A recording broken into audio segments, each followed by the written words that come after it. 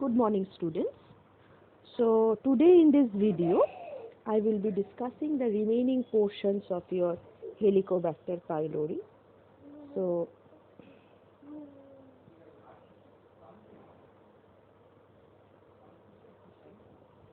Helicobacter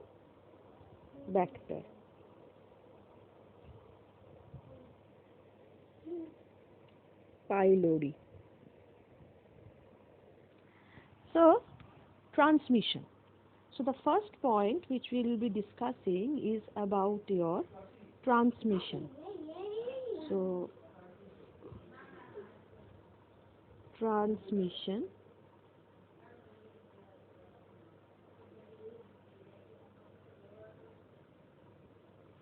So in transmission, the routes are basically your oral,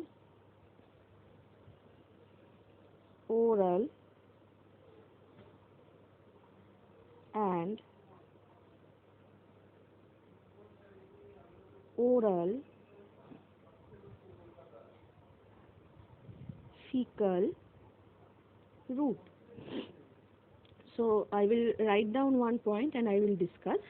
So oral route, that means through oral route it enters inside the organism. But if it is orophycal, that means it comes out of the feces and by chance it contaminates the food and it is being taken up by the organism. Okay. Now once it is inside, it basically infects human stomach and causes inflammatory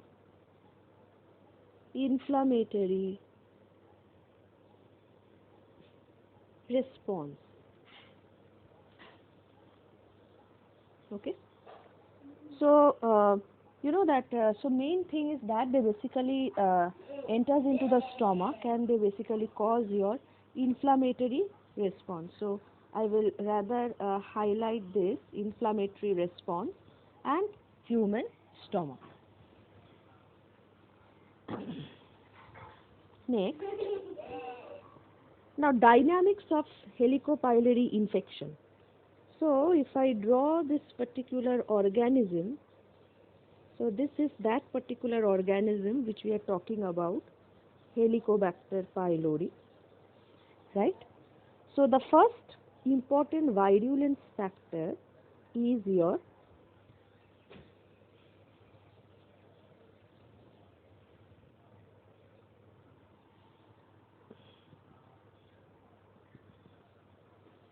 flagella.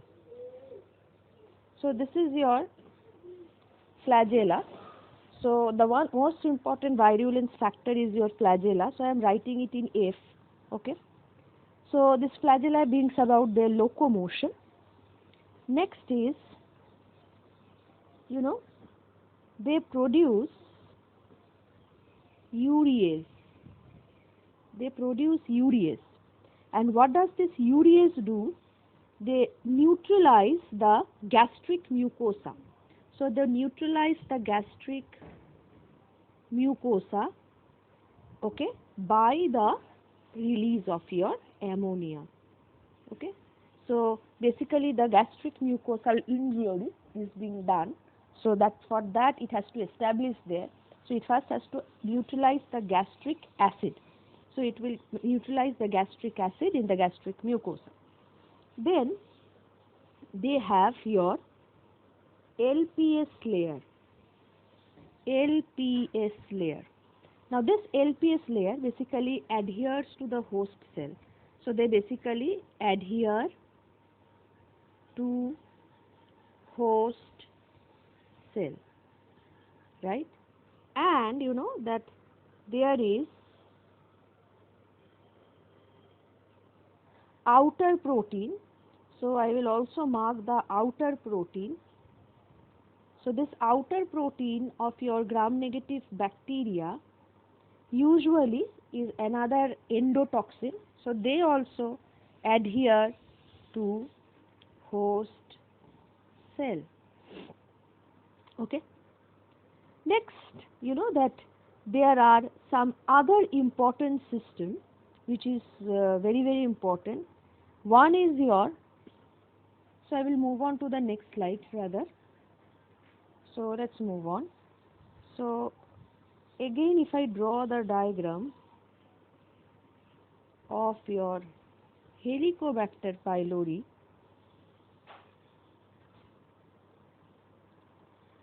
now we will now focus on exotoxins. Exotoxins. Now these exotoxins are one, VAC-A. Now this VAC-A is your vacuolating toxin. So VAC-A is your vacuolating toxin. So they basically bring about gastric mucosal injury. And another is your secretory enzymes.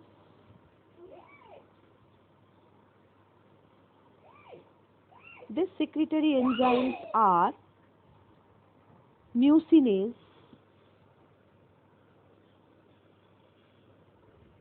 protease, and lipase. Okay. Apart from it, there is another system that will help the host, this particular organism, to infect. That is your type 4 secretion system. So type 4 secretion system will have pili-like structure.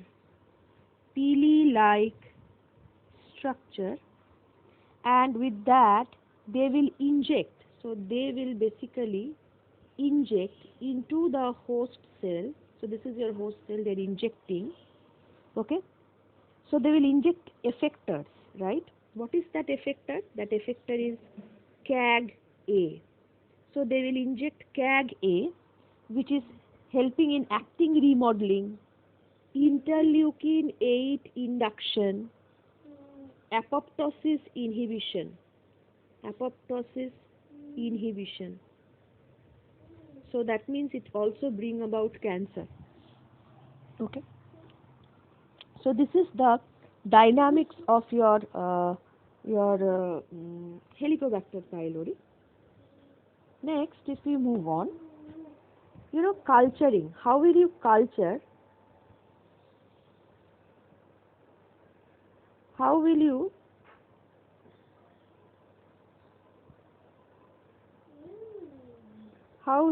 culture and some biochemical character of Helicobacter pylori. So they basically grows on your chocolate agar. I have already talked about chocolate agar, in which the blood is basically charred. That is why it gives chocolate color. And your Campylobacter agar. So chocolate agar and Campylobacter agar grow on microaerophilic condition. So they will grow on microaerophilic condition, and they require, that is very important, 5 to 20% of your carbon dioxide. They are oxidase positive and your catalase negative, urease positive, that is very important, urease positive, and also they produce H2S. So these are some of the cultural characteristics of your Helicobacter pylori. Now I will move on to the next slide. So bacterial virulence. So we are talking about your virulence factor. So virulence factor So when I am talking of your virulence factor, so it has type 4 secretion system, which we have already talked about. Type 4 secretory system, which we have talked about. Now this type 4 secretion system basically translocates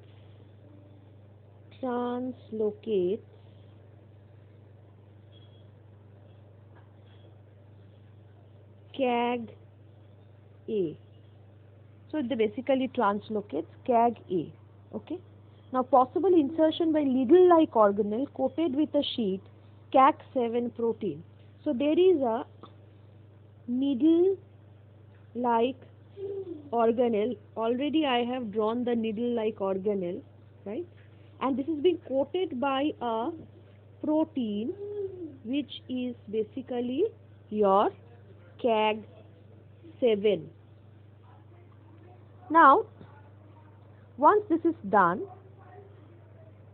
this will basically be phosphorylated and binds to SHP2. What is this SHP2? It is your tyrosine phosphate.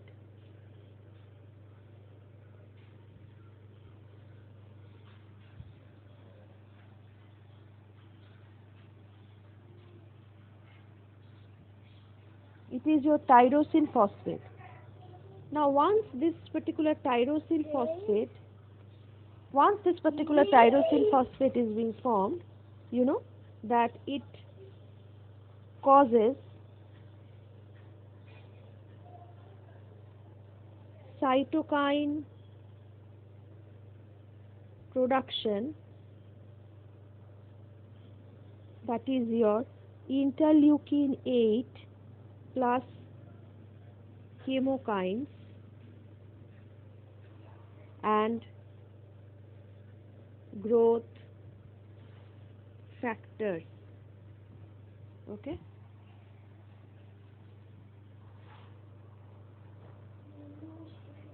So if I draw the flow chart, first is your ingestion, next is your evasion plus entrance of mucus layer. So they enter mucus layer. Next is your binding, then insertion, then intracellular pathway. So ingestion, evasion plus entrance into the mucus layer, then binding to that particular cell, then they insert inside the cell and then activate the intracellular pathway. Okay. Next,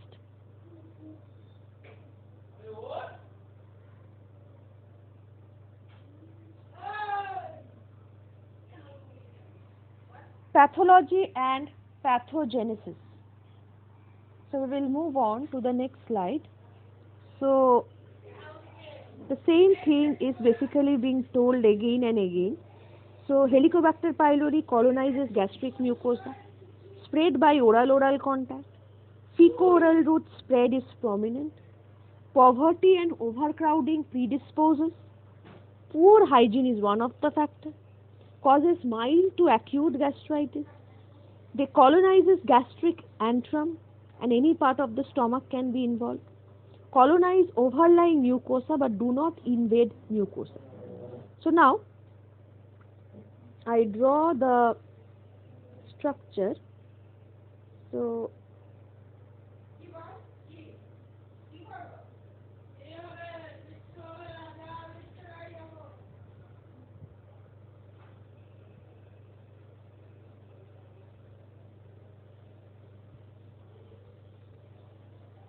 So where does the effect occur? So you know that this is your esophagus. Okay. So if I draw the location of ulcer, so if the ulcer occurs somewhere here, it is called as your peptic ulcer. Now if the ulcer occurs somewhere here, it is your duodenal ulcer. If the ulcer occurs here,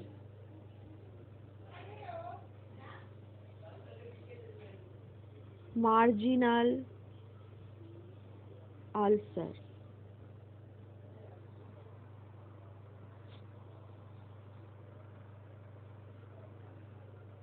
Okay.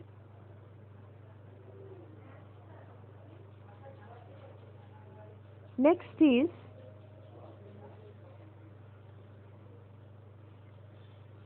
the test, the diagnostic test which will determine your presence of Helicobacter pylori.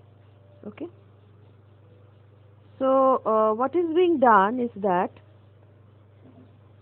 you are you know that, okay, before that please understand some of the virulence factor of your this particular organism. First is corkscrew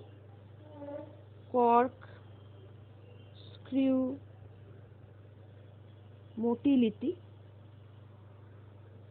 Next is your adhesins which adheres to the cell. Hemagglutinin.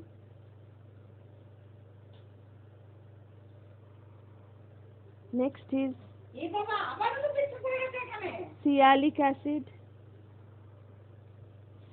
acid binding. So you know that apart from this, mucinase which degrades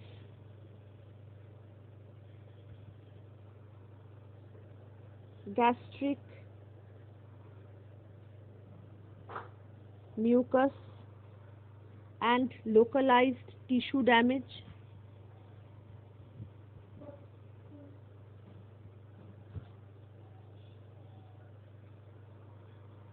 And apart from it, you know that urease converts urea into bicarbonate and ammonia.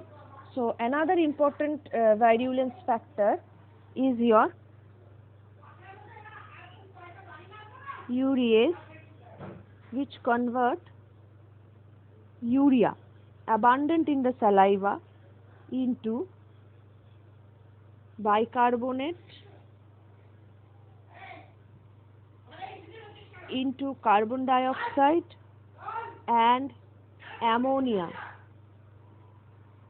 and they basically neutralize the local acidic environment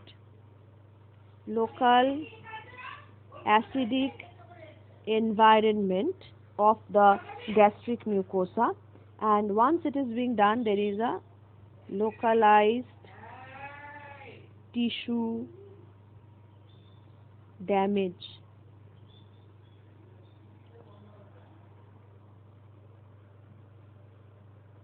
Okay. So you know that when I am talking of tissue damage, two things comes into play. We need to know that if it is tissue damage,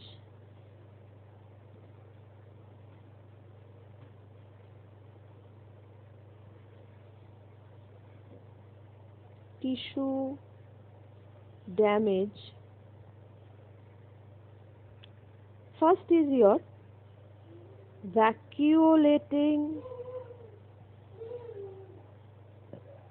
cytotoxin.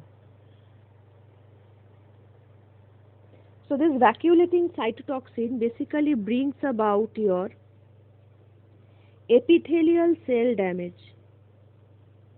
Epithelial cell damage. Okay.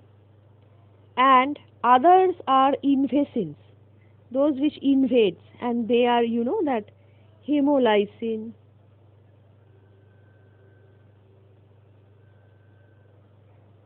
phospholipase,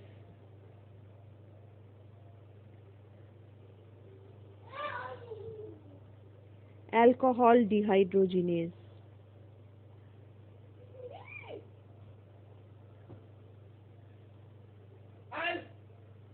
Dehydrogenase. Okay. So protection from phagocytosis and intracellular killing can be facilitated by superoxide dismutase and your catalase. Okay. So these are the informations for today. So next day we will be discussing the type of helicobacterial test, helicobacterial pylori test like 13C, urea breath test, and all other laboratory diagnosis and identification, and suggested outline of your treatment. So thank you.